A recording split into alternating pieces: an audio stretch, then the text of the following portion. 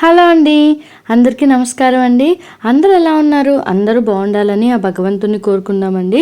Welcome back to my channel Rekha Talks. మనం ఈ వీడియోలో శ్రీకృష్ణ జన్మాష్టమి ఏ రోజు వచ్చింది, పూజ ఏ విధంగా చేసుకోవాలి, స్వామివారికి నైవేద్యం ఏమి సమర్పించాలో కూడా తెలుసుకుందామండి. కృష్ణాష్టమి మనకి ఎప్పుడైనా కృష్ణాష్టమి శ్రావణ మాసంలో వచ్చే అష్టమి నాడే మనం కృష్ణాష్టమిగా జరుపుకుంటామండి. శ్రీకృష్ణుడి పూజ మనకి నిశ్చిత పూజ అని చెప్పి అర్ధరాత్రిలో కూడా పూజ అనేది చేస్తారండి. సంతానం లేని వాళ్ళు, పిల్లలు కావాలి అనుకునే వాళ్ళు, పిల్లలు ఆరోగ్యంగా ఉండాలి మనకి అనుకున్న వాళ్ళైతే ఇలాగా అర్ధరాత్రిలో పూజకు చేస్తారు. శ్రీకృష్ణుడు అర్ధరాత్రిలో పుట్టారు కాబట్టి దాన్ని నిశిత పూజ అని కూడా అంటారండి. దానికి కూడా సమయం ఎప్పటి నుంచి ఎప్పటి వరకు ఉందో కూడా మనం తెలుసుకుందాము. మనకి ఈ సంవత్సరం శ్రీకృష్ణ జన్మాష్టమి 2024 అష్టమి తిథి అండి. ఆగస్టు అంటే 2024 ఆగస్టు 26 సోమవారం మధ్యాహ్నం 3:33 ప్రారంభమయ్యి 2024 ఆగస్టు 27 మంగళవారం మధ్యాహ్నం 2:29 వరకు అయితే మనకి అష్టమి తిథి అనేది ఉంటుందండి. మనకి సూర్యోదయానికి ముందుగా ఏ తిథి ఉంటే ఆ రోజే మనం ఆ తిథి బట్టి మనం పండుగలు అనేది చేసుకుంటాం కదా. ఈ సంవత్సరం ఆగస్టు 27వ తారీఖున మంగళవారం రోజున మనకి అష్టమి అండి. రోహిణి నక్షత్రం వచ్చేసి 2024 ఆగస్టు 26 సోమవారం మధ్యాహ్నం 3:58 ప్రారంభమయ్యి ఆగస్టు 27 మంగళవారం మధ్యాహ్నం 3:38 ముగుస్తుందండి. మనకి రోహిణి నక్షత్రం అష్టమి తిథి రోహిణి నక్షత్రం రెండు కలిసిన సమయంలోనే శ్రీకృష్ణుడు ఆ సమయంలోనే జన్మించారని చెప్పి అంటారండి. కావున మనకి ఈ సంవత్సరం ఆగస్టు 27వ తారీఖున మనము శ్రీకృష్ణ జన్మాష్టమిగా జరుపుకుంటాము. నిశ్చిత పూజ కాలం అండి. సమయం వచ్చేసి ఆగస్టు 27 మంగళవారం అర్ధరాత్రి 12:06 నుండి 12:55 వరకు అయితే పూజ చేసుకోవడానికి శుభ సమయం ఉందండి. శ్రీకృష్ణుడి పూజా విధానం అండి. మనకి ముందుగానే ఆ రోజు మనము కృష్ణుడి బర్త్డే అంటే పుట్టినరోజుగా జరుపుకుంటారు కదండి. మన దగ్గర శ్రీకృష్ణుడు చిన్న విగ్రహం ఉన్నా సరే అది పెట్టుకొని మనము స్వామివారికి పూజ అనేది చేసుకోవాలన్నమాట.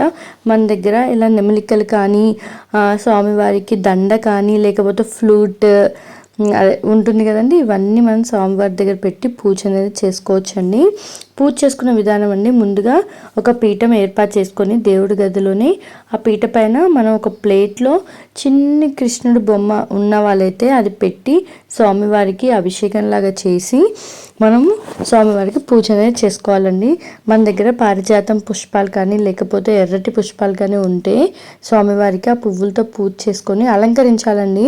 చాలా అందంగా అలంకరించవచ్చండి. మన దగ్గర ఉన్న వస్తువులతో, ప్రతి ఒక్క వస్తువుతో స్వామివారికి అలంకరించుకోవచ్చు. తులసి దళాలు అంటే శ్రీకృష్ణుడికి చాలా ఇష్టం అండి. ఆ తులసి దళాలతో కూడా మనము స్వామివారిని అలంకరించుకోవచ్చు. అలంకార ప్రియుడే కదండి, కాబట్టి మనం ఎంతలా అలంకరించుకోవాలనుకుంటే అంతలాగా మనం శ్రీకృష్ణుని అలంకరించవచ్చండి. స్వామివారికి నైవేద్యంగా ఏం సమర్పించాలి అంటే, ముందుగా స్వామివారికి 56 వెరైటీస్ అయితే సమర్పిస్తారండి. మనం స్వీట్ కానీ, హాట్ కానీ, మెయిన్గా పెట్టాల్సింది ఏంటంటే వెన్న. అంటే కృష్ణుడికి చాలా ఇష్టం కదండి. వెన్న మనం నైవేద్యంగా సమర్పించాలి. ఇంకా ఆ రోజు మనం అటుకులతో చేసిన పాయసం కానీ, లేకపోతే అటుకులతో మిక్చర్ చేస్తాం కదా అదైనా, లేదంటే ఉట్టి అటుకులైనా సరే స్వామివారికి నైవేద్యంగా సమర్పించవచ్చు. ఇది చాలామంది నార్త్ సైడ్ అటు సైడ్ శ్రీకృష్ణ జన్మాష్టమి చాలా బాగా చేసుకుంటారండి. సో మెనీ వెరైటీస్ అంటే చాలా వెరైటీస్ ఇలా చేసి స్వామివారికి పెడతారనమాట. ఆ రోజు చిన్న చిన్న పిల్లల్ని ఇంటికి పిలిచి భోజనం కూడా పెడతారండి. అంటే చిన్ని కృష్ణుడు ఇంటికి వచ్చాడని చెప్పి భోజనం కూడా ఇలాగా రెడీ చేసి పెడతారండి. గులాబ్ జామ్ కానీ, పాయసం కానీ, కేసరి కానీ, చాలా వెరైటీస్ అయితే స్వామివారికి నైవేద్యంగా సమర్పిస్తారండి. పులిహోర, ఇంకా స్వీట్, హాట్ అన్నీ చేసి మన కృష్ణుడికి నైవేద్యంగా పెట్టొచ్చు అనమాట. రోజు స్వామివారి బర్త్డే కదండి, స్వీట్స్, చాక్లెట్స్ కూడా నైవేద్యంగా సమర్పించవచ్చండి.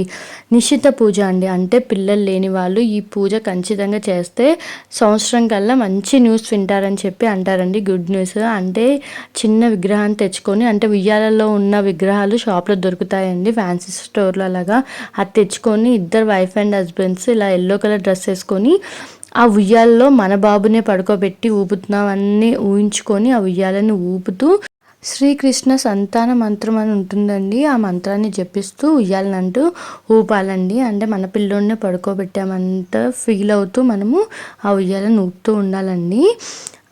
అలాగా మనం ఇష్టంగా చేయడం వల్ల అండి మనకి సంవత్సరం లోపు ఇంట్లో ఏదైనా సరే ఒక మంచి గుడ్ న్యూస్ అయితే వింటారండి. సంతానం లేని వాళ్ళైతే ఇలాగా శ్రీకృష్ణుడి పూజ చాలా బాగా చేసుకుంటారు. ఉన్నవాళ్ళు కూడా పిల్లలు ఎప్పుడు ఆనందంగా హ్యాపీగా సంతోషంగా ఉండాలని కూడా పూజ చేసుకుంటారండి. ఇలా ఇంట్లో పిల్లలు ఉన్న వాళ్ళైతే ఇల్లు మొత్తం కృష్ణుడి పాదాలు వేసి కృష్ణుడిలాగా రెడీ చేసి, ఇంట్లో మగపిల్లలు అంటే కృష్ణుడు, ఆడపిల్లలు గోపికలాగా రెడీ చేస్తారు. థ్యాంక్స్ ఫర్ వాచింగ్ అండి. బాయ్.